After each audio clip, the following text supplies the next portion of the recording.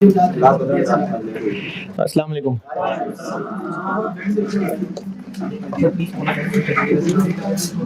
दुरूद शरीफ पढ़ना।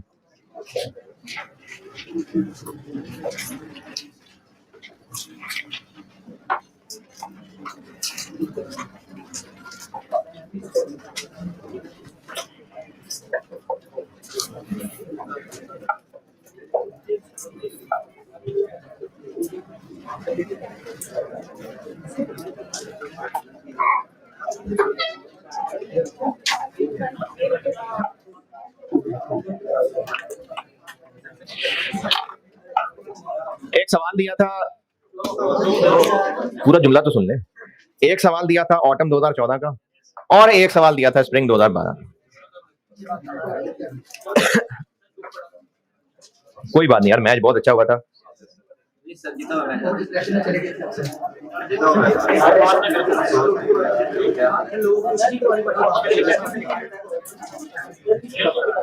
नहीं, क्या करता हूँ, क्या करता हूँ वहां।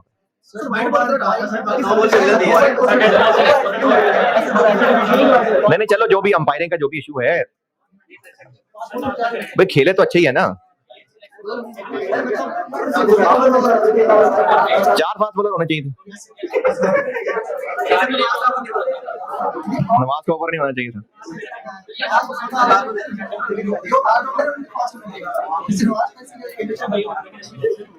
अच्छा, मशवरे वैसे ऐसे हैं कि आपसे जो बेहतर है वो कोई है ही नहीं। हालांकि अपने अम्मी वो बाहर भेज देते, बेटा चलो बाहर बात करनी है। बड़ों ने बात करनी, और मशवरे ऐसे दे रहे हैं जैसे बाबर आजम को ये करना चाहिए था, उसको ये करना चाहिए था। नहीं, मैच अच्छा हुआ यार, ठीक है, बहुत अच्छा। ऑटम 2014, इसमें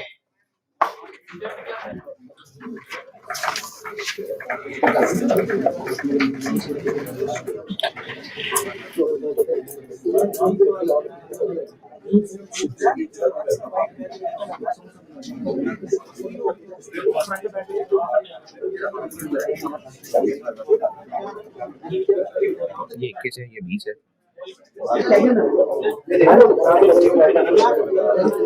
ये तो 21 है सारा, इधर 20 आ रहा है।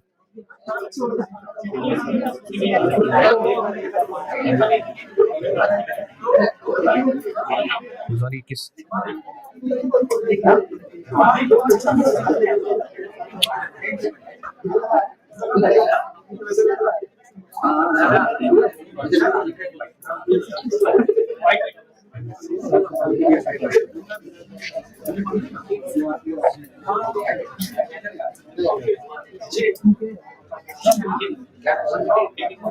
पूरे के 8 नंबर।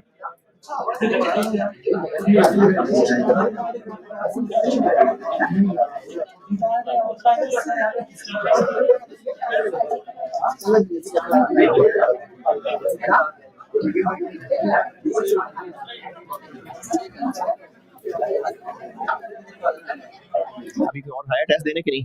अभी आएगा शायद, उनका ये सवाल चेंज कराओ, सवाल फौरन जाके चेंज कराओ, और उसको भी भेजो फरहान को। और उस पे कौन अपडेट अपलोड करता है? LMS पे। ये ठीक करके करना है यार, आइंदा जो भी सवाल बन के आए सब अच्छी तरह देखना सारे। ऑटम 2014 में जो एक दो मसले मुझे लगता है आपको हो सकते हैं वो बता देता हूं, उसके अलावा भी पूछना हो तो पूछ लीजिएगा। एक मसला ये हो सकता है कि जो पावर है उसको मशीन आवर्स पे क्यों नहीं बांटा, जबकि हमने जो क्लास में सवाल किया था उसमें तो मशीन आवर्स पे बांटा था। तो इसकी वजह यह है कि, बल्कि एक और एतराज, डेप्रिसिएशन को मशीन आवर्स की रेशो में क्यों बांटा है, जबकि जो क्लास में किया था उसमें तो नेटबुक वैल्यू की रेशो में बांटा था। तो बात यह है कि जब हमारे पास जो डाटा अवेलेबल है ना, हमने उसमें से बेस्ट यूज करना है। ये मशीन आवर्स, कल वाले जो सवाल क्लास में किया था उसमें मशीन आवर्स थे, कल या परसों जब भी किया था उसमें मशीन आवर्स थे, और पावर जितनी ज्यादा मशीनें चली होंगी उतनी ज्यादा पावर कंज्यूम हुई होगी, इस वजह से मशीन आवर्स की रेशो में बांटा था। अगर सवाल में यह बताया होता कि किस मशीन ने कितनी बिजली कंज्यूम की, ये अदर इंफॉर्मेशन दी होती, तो फिर उसकी रेशो में बांटते या फिर भी मशीन आवर्स की रेशो में बांटते।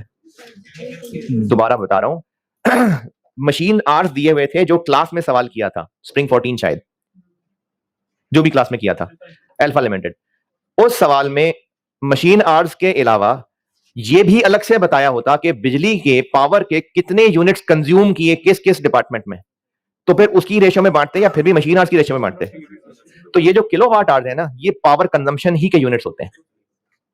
ये किलोवाट आवर्स, ये और भी एक दो सवालों में टर्म इस्तेमाल हुई है, ये किलोवाट आवर्स हैं ही ये कि पावर कितनी कंज्यूम हुई है, ये उस पावर की कंजम्पशन ही के यूनिट्स हैं। तो अब जब बता ही दिया कितनी पावर कंज्यूम हुई है, तो अब फिर मशीन आवर्स की रेशियो में नहीं बांटना, इसलिए पावर को किलोवाट आवर्स की रेशियो में बांटा था। ये जो फिजिक्स के चीते हैं ना, जिन्हें फिजिक्स पढ़ी हुई है, तो ये इस पावर के यूनिट के लिए ही ये इंफॉर्मेशन दी हुई है। तो इसलिए जब बता दिया कितनी पावर कंज्यूम हुई है, तो फिर इसकी रेशियो में बांटेंगे। अब रहा मसला कि अच्छा ये तो फिर फिजिक्स पढ़ेंगे तो कॉस्ट आएगी, नहीं, ये तो मैंने वैसे फिजिक्स का जिक्र कर दिया। ये और सवालों में भी ना, अभी तो प्रैक्टिस कर रहे हैं, होमवर्क पेपर का थोड़ी सवाल था, होमवर्क कर रहे थे आप लोग, तो प्रैक्टिस में चीजें आ जाएंगी सारी सामने। तो किलोवाट आवर्स ये बिजली की कंजम्पशन मशीनों वाली एग्जैक्ट बता दी, एग्जैक्ट नहीं मतलब है तो सब बजट ही, लेकिन यही है कि पावर कितनी कंज्यूम होगी। अब मशीन आवर्स का काम नहीं था, इसलिए किलोवाट आवर्स दिए। और दूसरी बात कि डेप्रिसिएशन को बुक वैल्यू पे ही बांटना चाहिए था, लेकिन थी नहीं बुक वैल्यू, तो इसलिए अवेलेबल में से बेस्ट मशीन आवर्स थे। ये दो बातें इसमें हैं मेरे नजर में बताने वाली। अब आप बताइए जो पूछना है। ऑटम 14 में और जो पूछना है पूछें। क्या जी? डेप्रिसिएशन के लिए अगर वो भी कोई यूज कर लेता तो वो भी हो सकते थे, लेकिन ज्यादा बेहतर मशीन आवर्स इसलिए लग रहा है कि मशीन आवर्स SD1 SD2 में हैं, तो मशीनें हैं तो वहां पर मशीन आवर्स है ना, तो फिर वहां भी एसिड्स हैं तो वहां भी डेप्शन जाएगी है। वो मशीन आवर्स इस बेस पे कह रहा है कि आवर्स मेथड है अगर, या तो यूनिट्स मेथड भी तो हो सकता है ना, तो इसलिए मशीन आवर्स ज्यादा बेहतर है प्रोडक्शन यूनिट से। ऑटम 14 में और सवाल बस। स्प्रिंग 2012, ये तो स्ट्रेट फॉरवर्ड ही था, जिसने अगर किया हो तो। स्प्रिंग 12 में किसी ने पूछना है तो बताइए। है जी? चले, जिनको इक्वेशन बनाने में मुश्किल है मैं इक्वेशन बता देता हूं।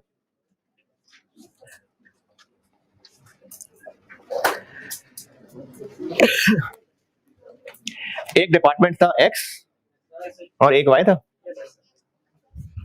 हाँ जी, सर्विस डिपार्टमेंट थे ही X और Y, तो बस ठीक है, X है और Y है। तो इक्वेशन बन जाएगी X is equal to X का अपना खर्चा कितना 16500 और Y का अपना खर्चा 10600। अगर तो वो जो मैंने डब्बा बना के एरो लगाए थे उस तरह किसी को आसानी लगती हो तो वो बिल्कुल वैसे बना ले।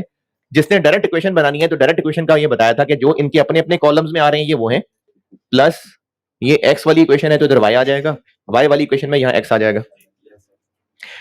ये X वाली इक्वेशन में ये X के खर्चे हैं, जो X में खर्चे हैं, तो जो X में Y की परसेंटेज आनी है कितनी आनी है, 10 आनी है 20 आनी है।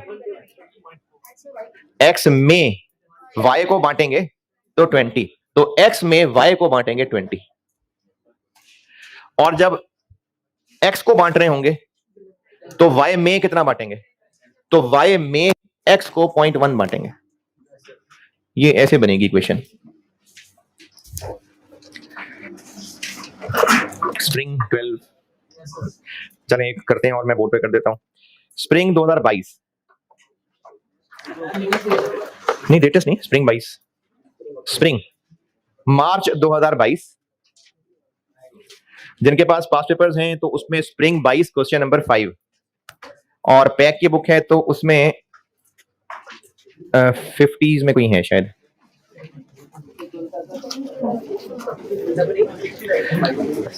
69 पेज पे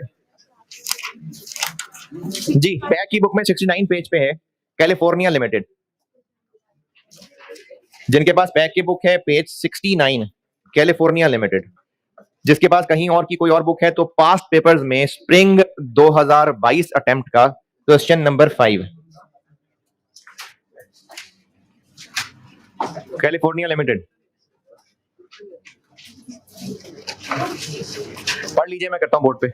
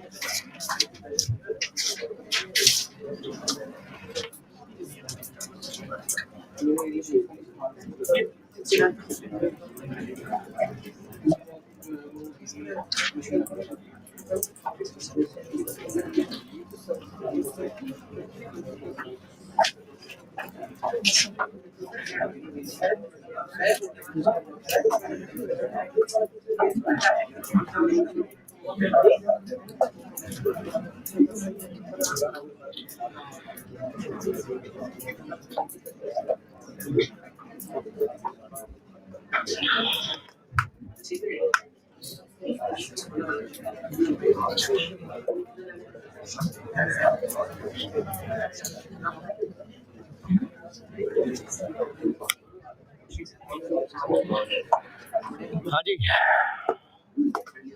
पढ़ना था सवाल।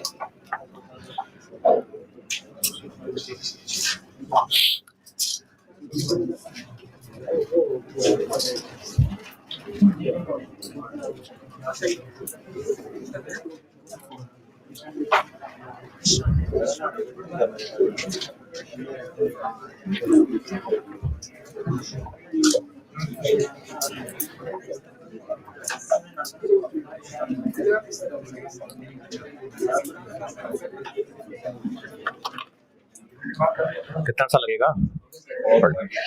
दो पीडीज हैं, ए बी और ए सी, और दो एस डीज है, एस ए और एस बी। डिपार्टमेंटल ओआर यानी दोनों पीडीज का ओआर, और टू वे सर्विस। हाँ जी, एस ए जो है वो एस बी को भी सर्विस दे रहा है और एस बी एस ए को भी दे रहा है। ठीक है, कर लेते हैं, और साइमल्टेनियस से करना है ना। Question 5, spring 2022।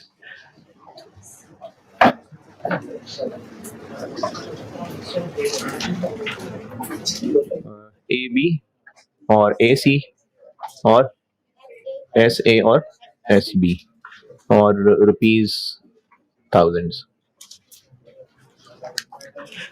हाँ जी, सबसे पहला खर्चा rent and rates. Rent and rates कितने हैं? 2500। रेंट्स एंड रेट्स किस रेशो में? हाँ जी, फ्लोर एरिया।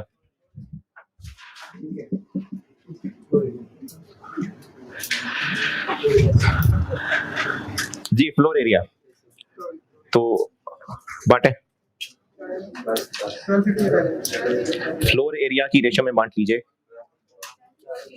तो 1250 9375 38 कर लेते हैं जी।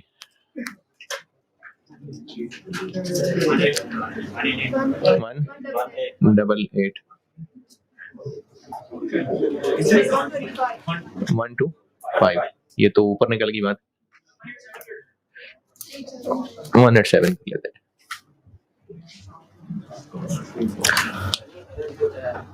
Rounding off.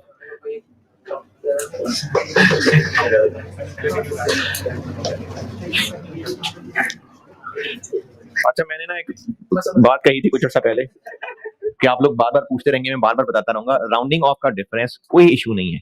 राउंडिंग ऑफ की वजह से जो फर्क आ रहा होता है उस पर कोई पेनल्टी नहीं पड़ती, कोई नंबर नहीं करते। रेंट रेट्स के बाद फ्यूल कॉस्ट। अच्छा, फ्यूल कॉस्ट में अच्छा पॉइंट था, यही एक अच्छा था, बाकी तो आसान सा सवाल है, ये मैं करता हूं बाद में। पहले इससे आसान वाले से मिटते हैं। डेप्रिसिएशन। डेप्रिसिएशन किस बेस पे बांटे? क्यों? क्योंकि बुक वैल्यू नहीं है, इसलिए मशीन आर्ट्स पे बांट देते हैं। कितने हैं टोटल डेप्शन? 2000, तो मशीन आर्ट्स पे बांटे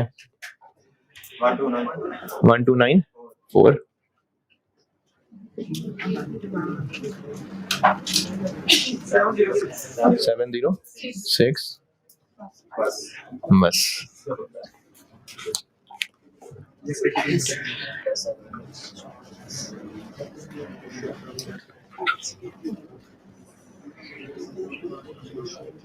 जी और इलेक्ट्रिसिटी एंड अदर यूटिलिटीज, पंखे लाइटें किस रेशो में बांट लें? फ्लोर एरिया कितना है टोटल? 1100। 550 3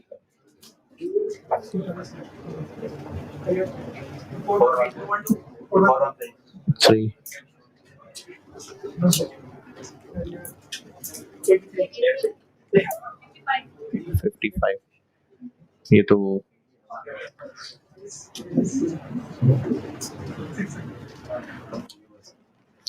और बस फ्यूल कॉस्ट पे आते हैं।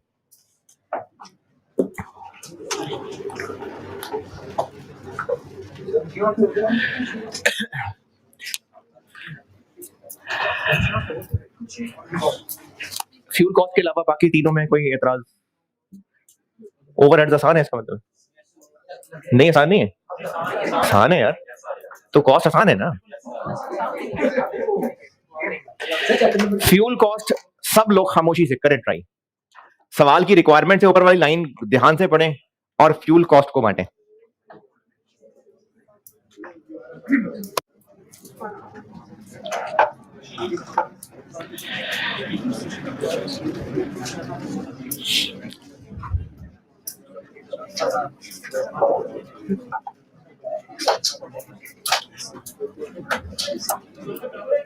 क्या जी करें? बांटे बांटे खामोशी से बांटे।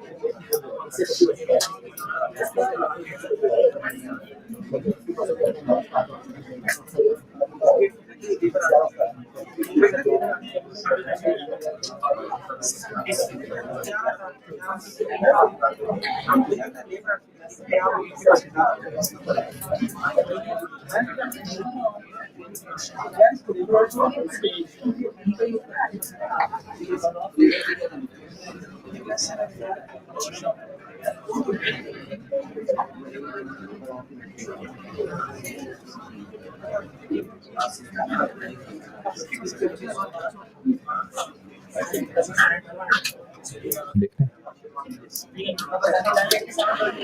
हाँ जी डन, नहीं डन तो करे ना, क्या इंतजार करें? नहीं चले, जो भी एफर्ट है, एफर्ट तो डन ना।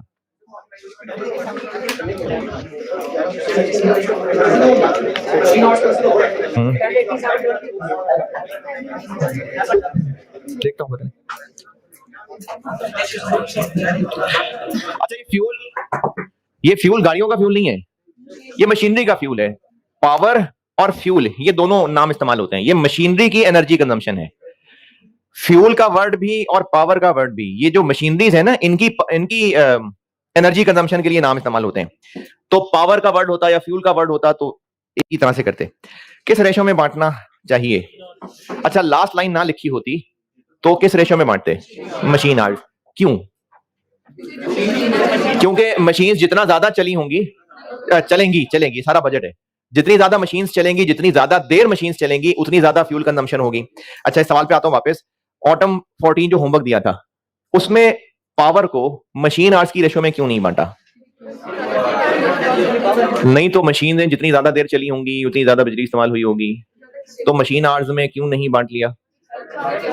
क्योंकि मशीन आवर्स में बांटना तो एक अजम्पशन है कि जितनी ज्यादा देर मशीन चलेगी उतनी ज्यादा देर बिजली कंज्यूम होगी। जब उससे बेहतर बेस बता दी कि बिजली होगी कितनी कंज्यूम, तो फिर वो यूज किया।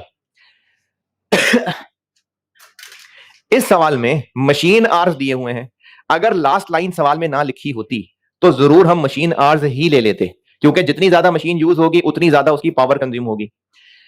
लेकिन लास्ट लाइन में यह बता दिया, नहीं एक बात और, जितनी ज्यादा देर मशीन यूज होगी उतनी ज्यादा पावर कंज्यूम होगी। ये बात कहने से अजम्पशन क्या है, मतलब हम मशीन आर जो ले रहे हैं इसके पीछे अजम्पशन क्या है? मतलब ज्यादा देर मशीनें चलेंगी तो ज्यादा बिजली क्यों इस्तेमाल होगी? पंखा ज्यादा देर चलेगा और एसी थोड़ी देर चलेगा तो पंखे का बिल ज्यादा होगा।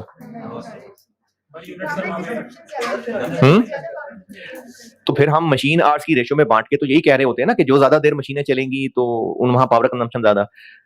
तो फिर हमारा मशीन आवर्स की बेस पे पावर को बांटना ये शो कर रहा है कि हम क्या अज्यूम कर रहे हैं कि सारी मशीनें एक जैसी बिजली कंज्यूम कर रही हैं।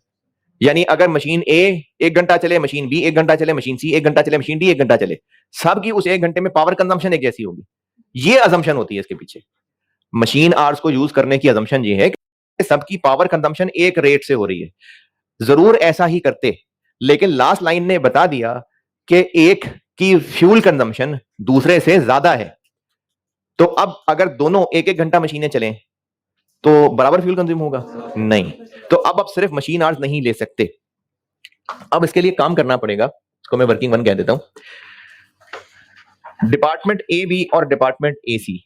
ए बी में कितने आवर्स मशीन्स ने काम करना है? 22,000 और ए सी में 12,000। अगर लास्ट लाइन ना लिखी होती तो हम 12 और 22 की रेशियो में बांट देते। क्या अजम्पशन है ऐसा करने के पीछे? कि सेम पैटर्न पे सेम फ्रीक्वेंसी से सेम तरीके से बिजली कंज्यूम कर रही है हर मशीन। यानी ऐसा नहीं है कि एक एसी और एक पंखा है। लेकिन अब जब बता दिया तो अब हम ऐसा नहीं कर सकते कि दोनों मशीनें अगर बराबर चली होती तो दोनों का फ्यूल ज्यादा होता, बराबर होता। नहीं, अब हमें फ्यूल का भी हिसाब करना पड़ेगा। तो फ्यूल तो नहीं बताया कि कितना होता है। एक्स अज्यूम कर लें, सिंपल एक्स अज्यूम कर लें। ये एसी, अच्छा ये 1 घंटे में अगर एक्स अज्यूम कंज्यूम करता है तो 22,000 घंटे में इतना, और ये 1 घंटे में एक्स की जगह 1.5 एक्स यूज करता हूं, 50% ज्यादा। ये एक है तो फिर ये 1.5। आंसर बन गया 22,000 एक्स और 18,000 एक्स।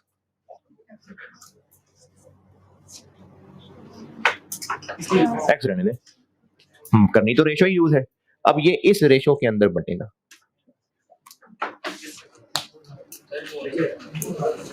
हाँ जी, नहीं समझेगा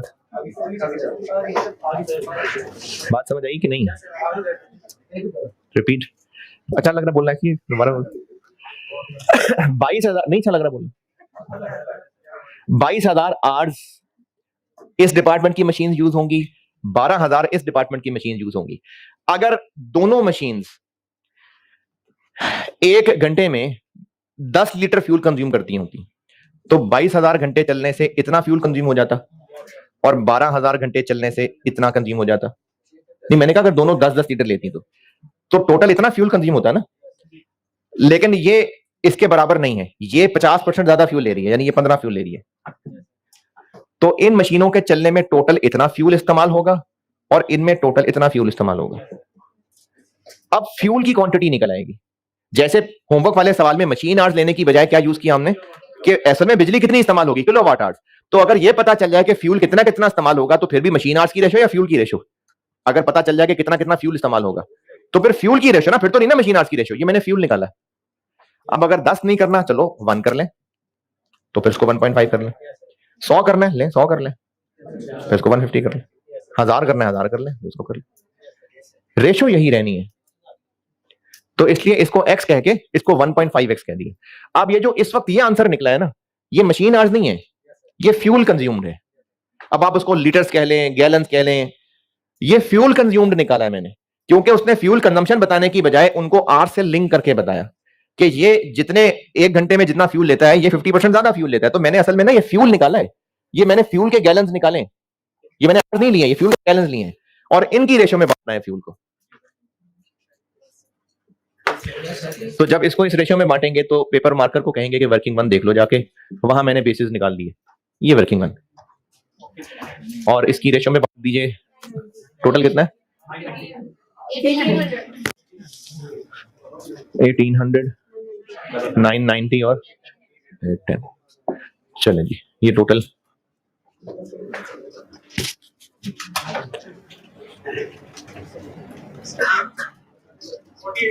जी 4084 इधर 2866। अच्छा ये करता हूं मैं टोटल अभी, यहां पर लाना कैमरा, ये नीचे वाली क्लास वाले भी इसको नोट कर ले पहले, वर्किंग वन।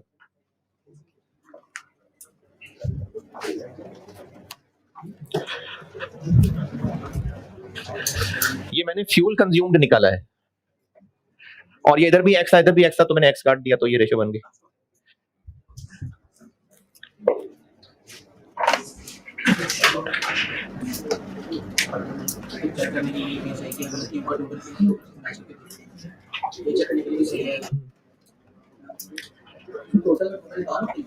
नहीं जरूरत नहीं है, तो कुछ आगे कुछ इस्तेमाल नहीं करना।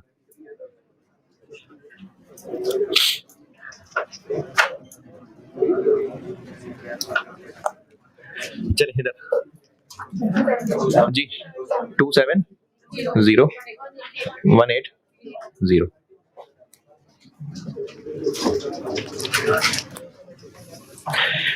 सेकेंडरी अपोर्शनमेंट के लिए इक्वेशन बनानी पड़ेगी।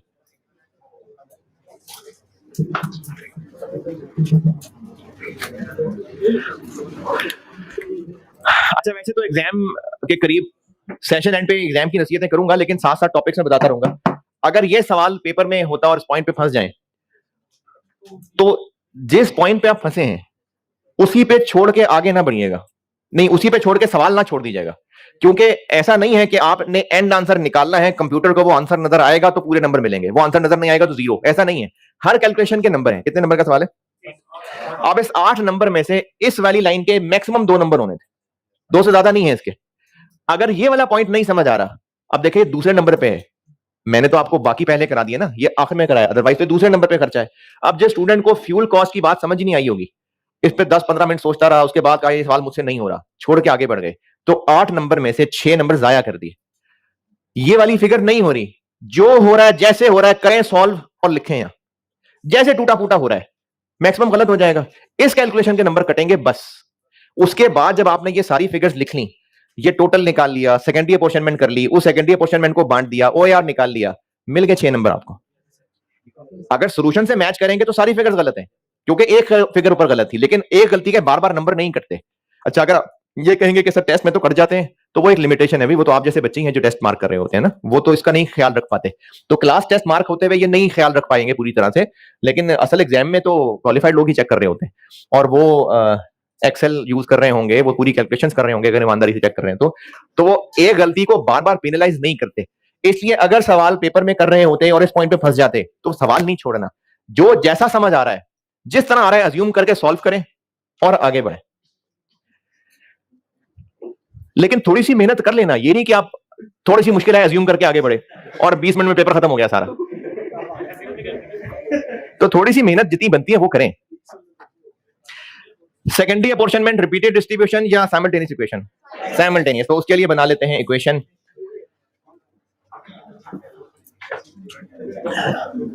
x, एस ए को अगर x कह लें, S B G, x is equal to इसका अपना प्लस, इसको बांटते तो कितने परसेंट यहां लाते, तो इसको बांटते तो कितना यहां आता, 15 या 10, तो 270 प्लस 0.15y,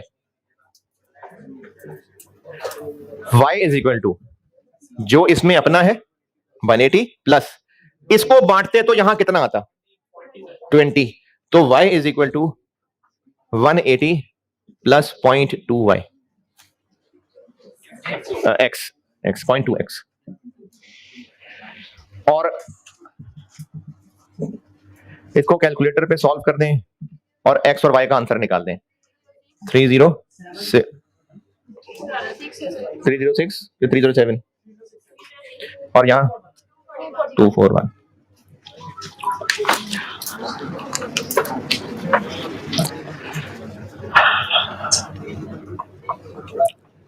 अच्छा जिनसे जी समझ नहीं आई, मुझे बात समझ नहीं आई। ये जो इक्वेशन बनाई है, ये 0.15 और 0.2 कैसे लगाया, या 270 और 180 कैसे आया?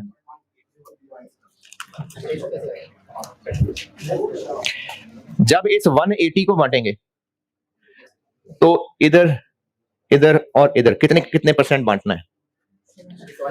सवाल में दिया हुआ है ना, तो कितना है ये तो मुझे पता दिया हुआ है कितना है जी। 45, 40 और 15, तो इधर 15 बांटना है ना, तो x is equal to this plus y का 0.15। x में जितना y से आना है वो y के साथ लगाएं। इसी तरह जब ये 270 यहां से बांटते तो इधर बांटते, इधर बांटते और इधर बांटते, तो इधर कितना बांटते? 20। तो y is equal to 180 plus इसका 0.2 जी इक्वेशन। अच्छा, अब आप इक्वेशन बना के, यानी आपने पेपर सॉल्व करते हुए इक्वेशन की हद तक तो बना के देना है, उसके बाद बस सॉल्व करके सीधा x और y लिखना है। Equation solve. अच्छा, अगर किसी को कैलकुलेटर सॉल्व करनी आती तो वैल्यूज पुट कर ले, यानी x इज इक्वल टू ये प्लस ये y की जगह पर ये रख लें, फिर उसको सॉल्व कर लें। और अगर ये भी नहीं आता तो फिर उसको नहीं है जीने का हक, मर जाए जाके वो।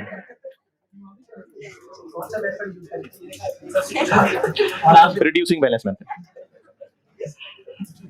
सर यहां से काटे, फिर इधर से काटे, उधर से काटे, एक्स और वाई। अच्छा, अब यहां से इसको ट्रांसफर आउट की फिगर निकल आई।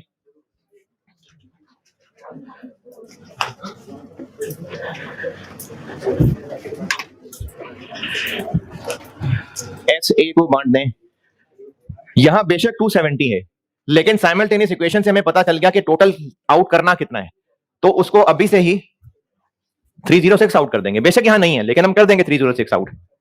तो इसको यहां से 306 आउट कर देंगे और आउट करना है इसको कितना कितना 40, फिर 40, 20 जी। इधर कितना 61, नहीं ठीक है 1, इधर 120, 2, 23, और फिर SB को बांट लें, और SB को बांटना है 45, 45 और 10, नहीं 45, 40 और 15। तो यहां से जाएगा ये 241, इधर आ जाएगा 36, 96, 108 और 90। हो रहा है पूरा? चले 7 कर ले।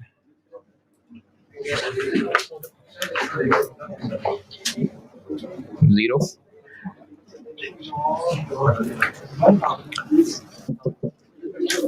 जी, पूछना कुछ नहीं, अंगड़ाइयां ले रहे हो।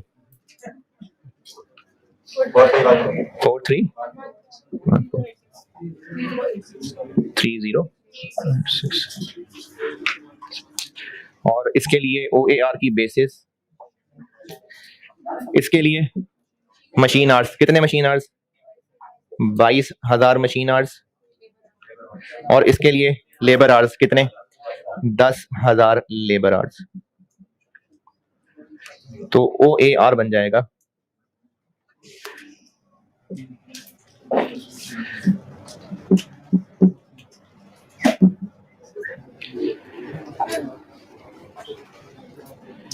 ये 1000 में चल रहा है, पर इसको फिर 22 से डिवाइड करिएगा बस। 196 पॉइंट, ये है जी OAR।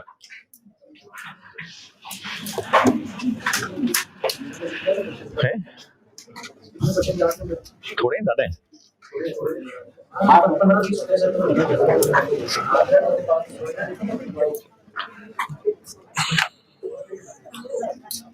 ये पेपर के आसान टॉपिक्स में से है।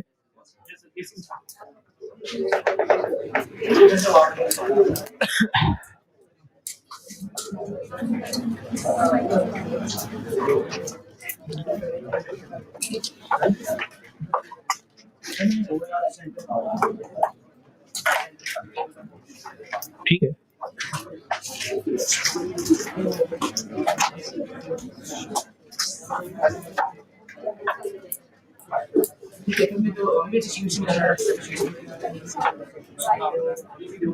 तो और क्या होना था? नहीं नहीं।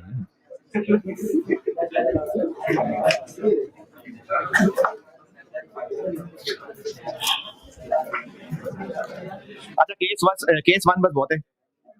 अब केस 2।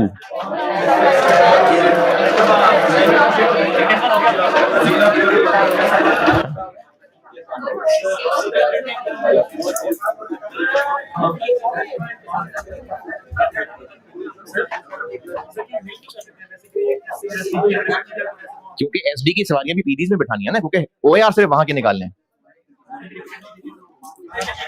हाँ जी, केस 1 खत्म, अब केस 2। यार एक तो इतनी लेट आए हैं आप लोग।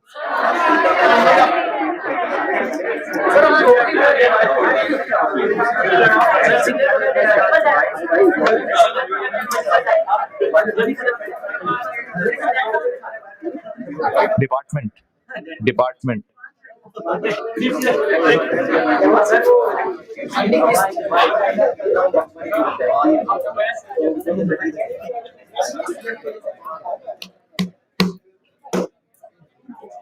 अच्छा, ये जो भी क्लास में लोग बैठे हुए हैं, इनमें से अभी मुझसे ही पिछली क्लास में एफआर 1 में कितने लोग होते हैं इनमें से? अच्छा ठीक है, ठीक है। एफआर 2 में इनमें से? अच्छा ठीक है। एफआर 2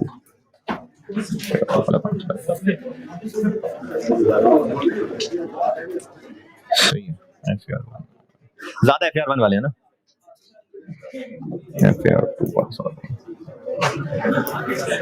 अच्छा ठीक है। अच्छा, पिछले हफ्ते एक बात की थी मैंने आपसे। है जी, वैसे तो बहुत सारी बातें की हैं।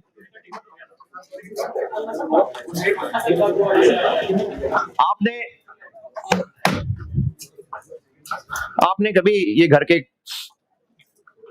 काम होते हैं बहुत सारे, कुछ चीजें ठीक करानी होती हैं, कोई आटा खरीदना होगा, बहुत सारे काम है, सारे घर के काम कर रहे होते हैं, करने चाहिए बिल्कुल। आप नहीं करने और किसने करने हैं? तो घर के काम बिल्कुल हाथ बटाना चाहिए। घर के कामों की मिसाल ले लेते हैं, चले फ्रिज ठीक कराना है, तो अब फ्रिज ठीक कराने के लिए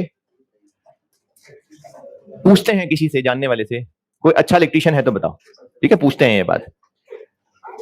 कोई जूती टूट गई है, जूती सही करवानी है, तो पूछते हैं कि कोई अच्छा सा मोची बताओ। है? नहीं नहीं पूछते। अच्छा चले, आपने सीए की क्लासेस पढ़नी थी, और सीए की क्लासेस पढ़ने के लिए आप में से बहुत सारे बच्चे दूसरे शहरों से आए, और दूसरे शहरों से ऐसे ही नहीं आए, पहले पूरा पूछा होगा, पूरी इंफॉर्मेशन इकट्ठी की होगी, कहां पर कौन से टीचर, कौन से कॉलेज, ये सारी इंफॉर्मेशन इकट्ठी करने के बाद यहां पहुंचे। और कई लोग ऐसे भी होंगे जो पाकिस्तान के कई आखिरी कोनों से आ रहे होंगे। मेरे स्टूडेंट्स में जितने भी पढ़ाता रहा हूं, गिलगित बल्तिस्तान के बहुत सारे बच्चे होते हैं, बलोचिस्तान के आखिरी कोने से बच्चे, सिंध के आखिर से बच्चे, अब ये सब बच्चे यहाँ पहुंच रहे हैं। और ये जो पहुंच रहे हैं, ये चलते फिरते नहीं आते हैं, ये पूछ के इंफॉर्मेशन। बोंगिया नहीं मारे यार, जो चीज समझा रहा हूं वो बताएं। को खोती रेडी पे भी आता होगा, ऐसे तो बस पे भी नहीं आते सिर्फ। तो जो आप यहां पर सीए के एडमिशन लेने आए हैं, क्लासेस पढ़ने आए हैं, पूरी इंफॉर्मेशन लेने के बाद और ये जानने के बाद कि कहां पर सबसे अच्छी क्लासेस होंगी, पैसे, हॉस्टल वगैरह सब जानने के बाद यहां आए होंगे।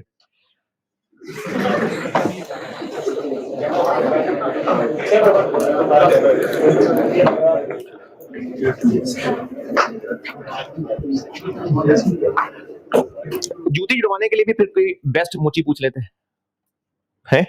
चलें ठीक है, नहीं पूछा। इलेक्ट्रीशियन को अच्छा सा इलेक्ट्रीशियन है तो बताओ, पूछ लिया।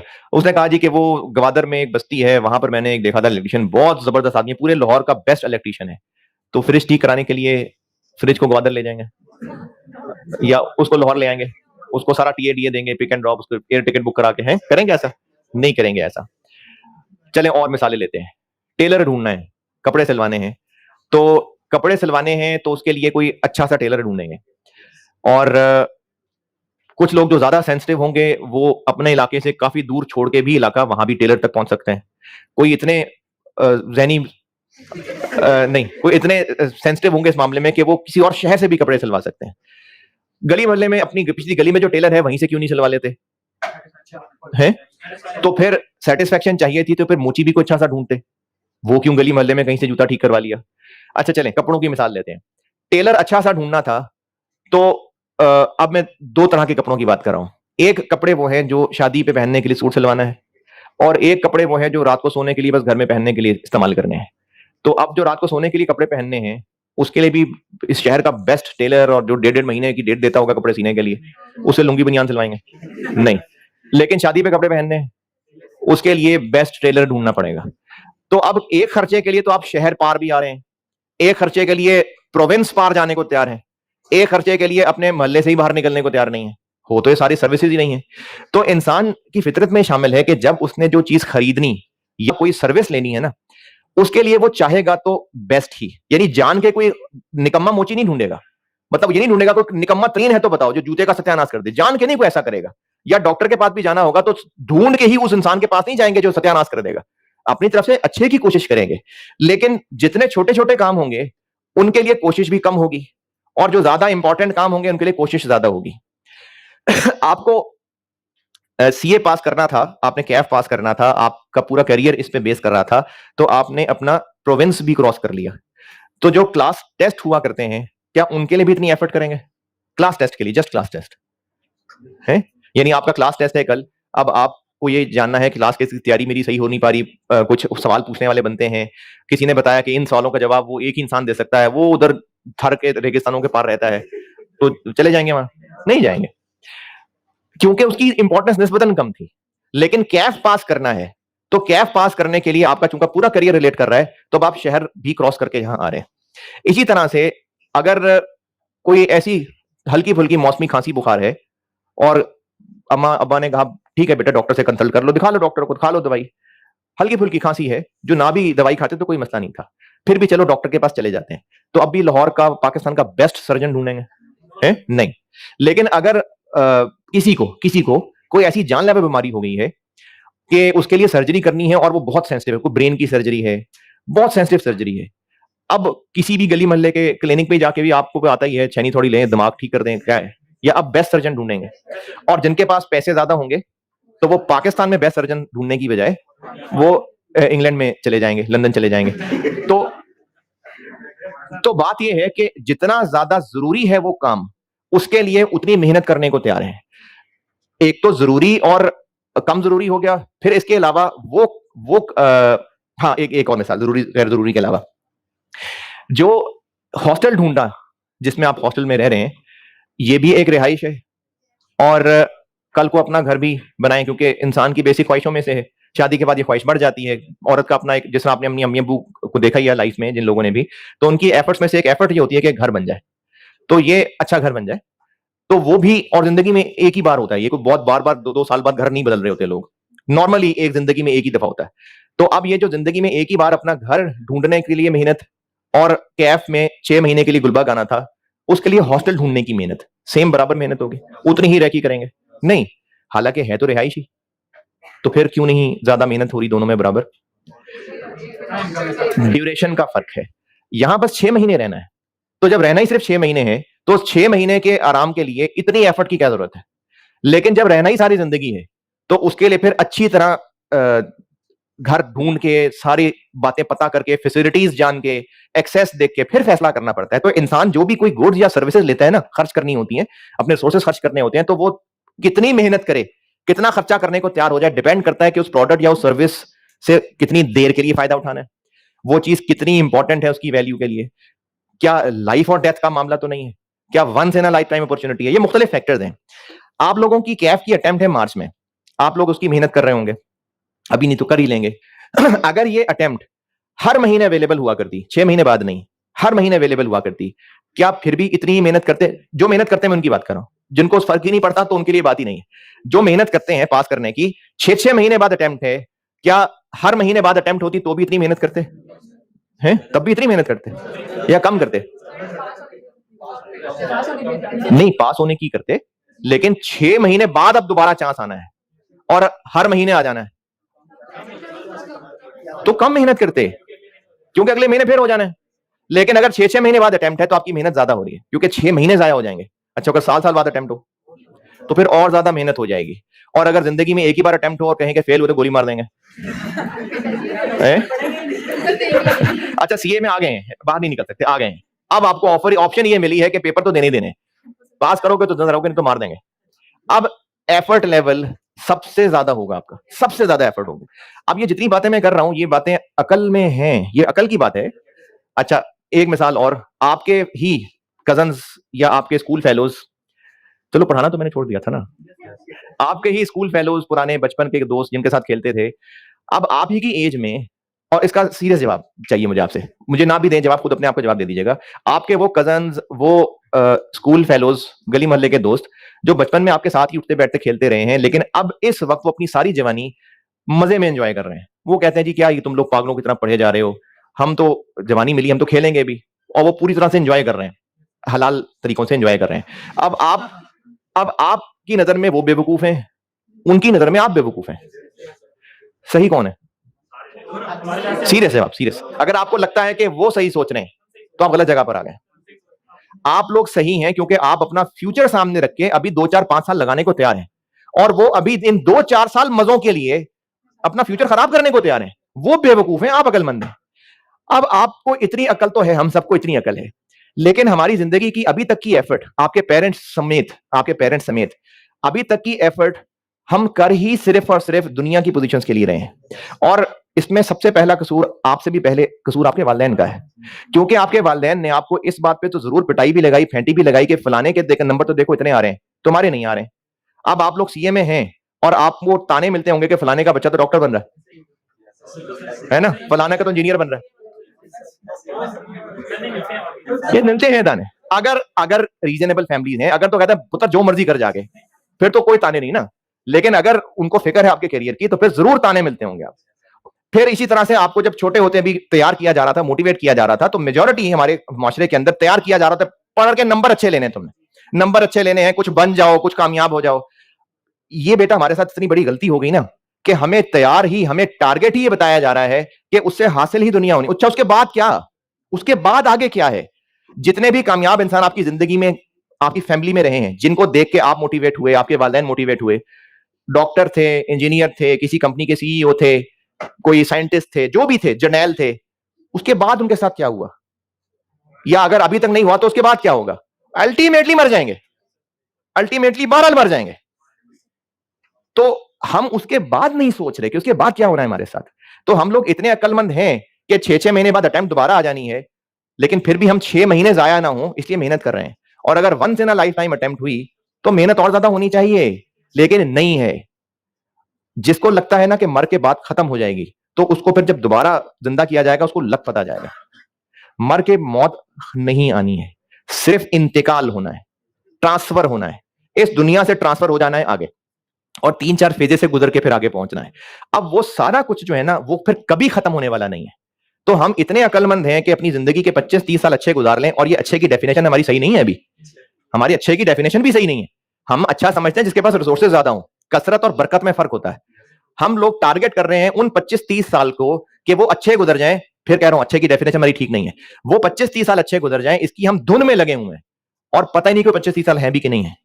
और अच्छे की डेफिनेशन हमारी नहीं है, हम कामयाबी की डेफिनेशन नहीं समझते, क्योंकि अल्लाह ने कामयाबी को डिफाइन किया है कि कामयाब वो हैं जिनको आग से बचा लिया गया और हमेशा हमेशा की जन्नतों में दाखिल हो गए, वो हैं सिर्फ और सिर्फ कामयाब। लेकिन हमारी कामयाबी की डेफिनेशन गलत हो गई। अच्छा, क्या करें फिर? सीए ना करें? नहीं नहीं नहीं, अल्लाह ने ना दुनिया का निजाम चलाया है, उस निजाम में टेस्टिंग हो रही है। इंसान को रोल्स दिए गए हैं। अभी आपका बेटे, भाई, बेटी, बहन, ये रोल हैं। आप लोग जिंदगी में और आगे बढ़ेंगे, आपको रोल मियां बीवी के रोल मिलेंगे, माँ बाप के रोल मिलेंगे, दादा दादी के रोल मिलेंगे, नाना नानी के रोल मिलेंगे, एम्प्लॉयर एम्प्लॉय के रोल मिलेंगे। ये सारे रोल्स हैं, और ये सारे के सारे जो रोल्स हैं ना, ये मुसलसल इम्तिहान के रोल्स हैं। इस इम्तिहान का रिजल्ट निकलना है, हम लोग उसकी फिक्र नहीं कर रहे। मैं आपके लिए क्या कर सकता हूं, क्या करना चाहता हूं, इनफैक्ट मैं आपको इंशाल्लाह कॉस्ट ही पढ़ाऊंगा। और अब आज 21 क्लासें हो चुकी हैं, तो इतना तो शायद आपको पता चल ही चुका हो कि कॉस्ट पढ़ा लूंगा, अपनी तरफ से पीछे की कोशिश ही कर लूंगा। आपको मैंने पढ़ाना है क्योंकि आपने फीस दी है, और मेरे रिस्क की कॉलेज की तरफ से जो पैसे आ रहे हैं वो हलाल तब होगा जब मुझे उसकी बेस्ट एफर्ट करनी है, वो तो करना है मैंने। लेकिन मुझे अल्लाह को इस बात का जवाब देना पड़ सकता है कि ये जो 1000 लोग तुम्हारे सामने होते थे, जो तुम्हारी बातें सुनते थे, तुमने मेरे लिए क्या किया है? तो ये ना हर मुसलमान का फर्ज है, हर मुसलमान का। तो मुझे तो अपनी आखिरत के लिए ये भी काम करना है। और आप लोग मेरे बच्चे हैं, ठीक है, मेरे अपने जो खून है वो जगह तो आप नहीं ले सकते ना। मेरे अपने जो बच्चे हैं अल्हम्दुलिल्लाह, मुझे तो उनसे जो प्यार है वो आप लोगों से नहीं हो सकता, लेकिन बहरहाल आप मेरे स्टूडेंट्स हैं और मुझे प्यार है आप लोगों से, और मुझे आप लोगों की आखिरत की फिक्र भी है, और उसके लिए ही मैं एक टीचिंग करियर में हूं। बाकी फिर अल्लाह ताला जैसे आसानियां करते हैं कर ही रहे हैं, इज्जतें भी इजाफा कर रहे हैं। तो मैं आपसे दो काम करूंगा आपके साथ। एक तो ये कि जहां जहां कभी मौका मिलेगा इस तरह की थोड़ी बहुत झंझोड़ने वाली बातें कर लिया करूंगा। दूसरा काम जो रेगुलरली करूंगा, क्योंकि कतरा कतरा कतरा कतरा गिरता रहेगा ना पत्थर पे, तो पत्थर में सुराख हो जाता है। तो उसके लिए मैं पिछले ढाई दो साल से काम कर रहा हूं। वो काम ये कर रहा हूं कि हमारी जिंदगी के लिए जो बेस्ट रोल मॉडल है ना, वो हजरत मोहम्मद सल्लल्लाहु अलैहि वसल्लम है, और उनकी जो लाइफ है वो हमारे लिए नमूना है फॉलो करने के लिए, सिर्फ चूमने के लिए नहीं है, फॉलो करने के लिए। अब वो जो फॉलो करने के लिए है, तो जो हमारी इंसानों के साथ डीलिंग होती है उनको इखलाक कहते हैं। तो पिछले 2-2.5 साल से काम ये कर रहा हूं कि मैं इखलाक की, मेरे पास कुछ हदीस हैं, तो वो रोज एक क्लास में हदीस सुना दिया करता हूं, और उसको आप ही के लेवल की, आपसे रिलेट करके मिसालें देके आप तक पहुंचाया करता हूं। ये काम मैं इंशाल्लाह रोज किया करूंगा, और बाकी जब कभी मौका मिलेगा झंझोड़ने का तो वो झंझोड़ूंगा। और अगर इस सेशन में आप कॉस्ट तो चलो सीखेंगे इंशाल्लाह, लेकिन इस सेशन में मैं किसी को झंझोड़ पाया और उसमें कुछ चेंज आ गई और वो अमल में आ गया, तो मेरे लिए वो बहुत है, और उसके बाद उसकी नस्लों के लिए भी वो बहुत है। कल मुलाकात होगी इंशाल्लाह।